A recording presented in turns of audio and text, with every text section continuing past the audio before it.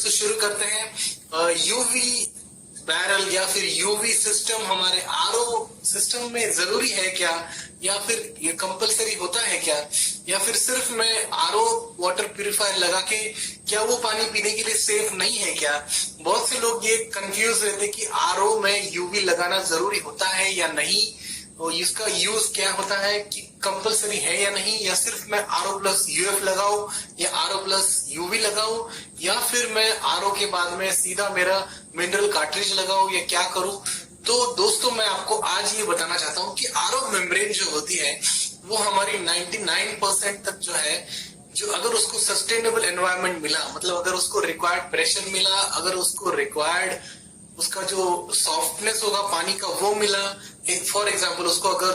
200 ppm तक salt उसको जो ये मिला, सॉफ्टनर वाटर मिला, तो वो 99% तक, फॉर एग्जांपल बोल रहा हूँ, 99% तक वो रिजेक्ट कर देगी। नहीं तो वो जनरली 90% हम लोग पकड़ के चलते हैं कि 90% रिजेक्ट कर सकती है,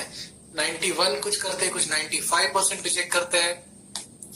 बचा हुआ पानी जो होता है वो हम कलेक्ट कर लेते हैं और उसको हम लोग स्टोर करते हैं। तो दोस्तों उसके बाद में हम लोग 99% तो बैक्टीरिया हो या जो कुछ भी हो आरओ मेम्ब्रेन के पास हो ही नहीं सकता।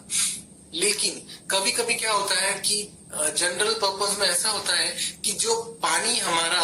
आरओ मेम्ब्रेन के चेम्बर में होता है वो अगर कभी आपने आपके फिल्टर में ऑटो फ्लश सिस्टम नहीं है और उसके अंदर अगर कुछ बैक्टीरिया डेवलप हो जाए, तो जो हम लोग कुछ एक रात को हम लोग जनरली आरओ बंद करके रखते हैं, तो उससे क्या होता है उसके अंदर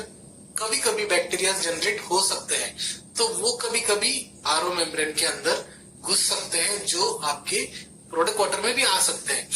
तो उसके लिए हमें ऑटो फ्लश लगाना जरूरी होता है। और यूवी चेम्बर जो होता है वो उसको पोस्ट ट्रीटमेंट करता है। यूवी चेम्बर आपके आरओ वाटर को पोस्ट ट्रीटमेंट देता है, ताकि उसमें अगर कोई बाय चांस, 99% तो आरओ में से सब निकल ही जाता है, लेकिन बाय चांस अगर कुछ बच गया हो तो आपके यूवी चेम्बर में जाके वो न्यूट्रलाइज हो जाता है, ताकि आपको 100% और 99.9% आप कह सकते हैं कि आपका पानी पूरी तरह से प्योर है या उसमें कोई बैक्टीरिया फॉरेन कंटेमिनेशन नहीं है। अगर आप इसको स्किप कर देंगे तो उसमें चांसेस बढ़ जाते कि 99% तो ऐसे हम पकड़ के चलते कुछ नहीं होगा, लेकिन 1% चांस रहता है कि बैक्टीरिया उसमें हो सकते हैं। तो एक अगर आप आरओ प्लस यूवी सिस्टम लेना चाहते हैं तो वो बहुत अच्छी बात है, क्योंकि उसमें जो रिस्क होता है, जो आपके आरओ में अगर कोई टीडीएस कंट्रोलर होगा तो टीडीएस कंट्रोलर क्या करता है, पानी को जो है आरओ मेम्ब्रेन से बाईपास करके डायरेक्टली आपके रॉ वाटर में ऐड करता है। तो उस वक्त आपको इसकी बहुत जरूरत होती है, क्योंकि वो रॉ वाटर जो होता है वो अनट्रीटेड होता है, उसके अंदर कुछ बैक्टीरिया हो सकते हैं, तो उसको न्यूट्रलाइज करने के लिए आपको यूवी चेम्बर की या फिर यूवी की बहुत जरूरत होती है।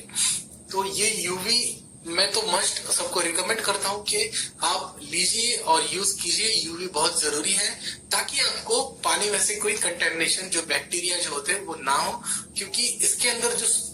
यूवी लैम्प होती है उसका जो वेवलेंथ होता है या फिर जो स्पेक्ट्रम होता है वो सारे के सारे बैक्टीरिया को किल कर देता है और आपको प्योर वाटर मिलता है। लेकिन दोस्तों अगर बाद में आप जहाँ स्टोर करते हैं उसका भी ख्याल रखिए, ऐसा ना हो कि आप जो टैंक में स्टोर कर रहे हो या फिर आप जो कंटेनर में पानी स्टोर कर रहे हो उसको आप बिल्कुल क्लीन ही नहीं करते होंगे 2-2, 3-3 महीने। तो ये बहुत गलत बात है दोस्तों। वो कंटेनर को कम से कम आपने 15 दिन में तो भी क्लीन करना चाहिए जिसमें आप पानी स्टोर करते हैं, या आपके वाटर प्यूरिफायर का क्यों ना हो, आपका मटका क्यों ना हो, या जिसमें भी आप पानी स्टोर करते हो उसको क्लीन करना बहुत जरूरी है। क्योंकि अगर इसके अंदर से भी ट्रीट होके